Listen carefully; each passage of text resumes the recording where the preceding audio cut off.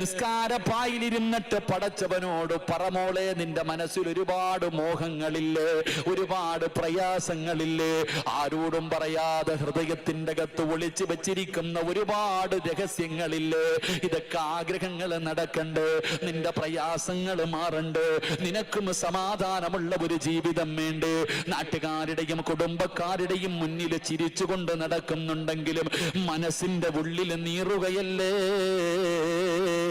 ആരോടും പറയാതെ കൊണ്ട് നടക്കുന്ന ഒരുപാട് പ്രയാസങ്ങളുണ്ടല്ലോ. നിസ്കാരപ്പായിലിരുന്നിട്ട് ഈ ലോകത്തിന്റെ അധിപനായ പടച്ച റബ്ബിനോട് പറവുമ്മാ, وَإِذَا سَأَلَكَ عِبَادِي أَنِّي فَإِنِّي قَرِيبٌ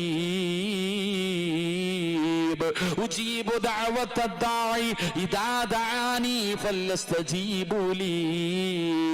അല്ലാഹുവിന്റെ പരിശുദ്ധമായ ഖുർആൻ അവിടെന്ന് പറയുകയാണ്, കണ്ണിന്റെ ഞരമ്പ് നിന്നോടടുത്ത് കിടക്കുന്നത് പോലെ അല്ല നിന്റെ കൂടെ നടക്കുകയാണ്. നീ ചോദിക്കുന്നത് തരാൻ, നീ ദുആ ചെയ്യുന്നത് തരാൻ, നിന്റെ ആഗ്രഹങ്ങൾ സാധിപ്പിച്ചു തരാൻ അല്ലാഹു നിന്റെ കൂടെയുണ്ടെന്ന് പരിശുദ്ധമായ ഖുർആൻ അവിടെന്ന് പറയുമ്പോ, എന്റെ പ്രിയപ്പെട്ടവരെ, നിങ്ങൾ പള്ളിയെ സ്നേഹിക്കൂ, നിങ്ങൾ പള്ളിയെ സ്നേഹിക്കൂ, നിങ്ങൾ നിങ്ങളുടെ നിസ്കാര റൂമിനെ സ്നേഹിക്കൂ. വല്ലാത്ത പ്രതിഫലമാണല്ലോ, വല്ലാത്ത ശ്രേഷ്ഠതയാണല്ലോ. മഹാനായ ആദരമായ പ്രവാചകൻ നബി മുഹമ്മദ് മുസ്തഫ സല്ലല്ലാഹു അലൈഹി വസല്ലമ തങ്ങൾ അല്ലാഹുവിന്റെ പ്രവാചകന്റെ കാലഘട്ടത്തിൽ പടച്ചവനെ ഒരു പ്രായം ചെന്ന പെണ്ണ് വരുമായിരുന്നു. ഒരു പ്രായം ചെന്ന ഉമ്മ വന്നിട്ട് റബ്ബേ അല്ലാഹുവേ പള്ളിയുടെ ചുറ്റുഭാഗം മുഴുവനും തൂത്തു വൃത്തിയാക്കുമായിരുന്നു. അല്ലാഹുവിന്റെ പള്ളിയെ വല്ലാതെ സ്നേഹിച്ചിരുന്ന ഒരു ഉമ്മയുണ്ടായിരുന്നു. പടച്ചവനെ പള്ളിയും പരിസരവും വൃത്തിയാക്കുന്ന ഉമ്മയാണ്. അല്ലാ, പ്രവാചകൻ ആ ഉമ്മാനെ വല്ലാത്ത ഇഷ്ടമായിരുന്നു. പടച്ചവനെ ആ ഉമ്മാനെ കാണാതെ വന്നപ്പോ അല്ലാഹുവിന്റെ പ്രവാചകൻ തന്റെ സ്വഹാബത്തിനോട് ചോദിക്കുന്നു, സ്വഹാബാ,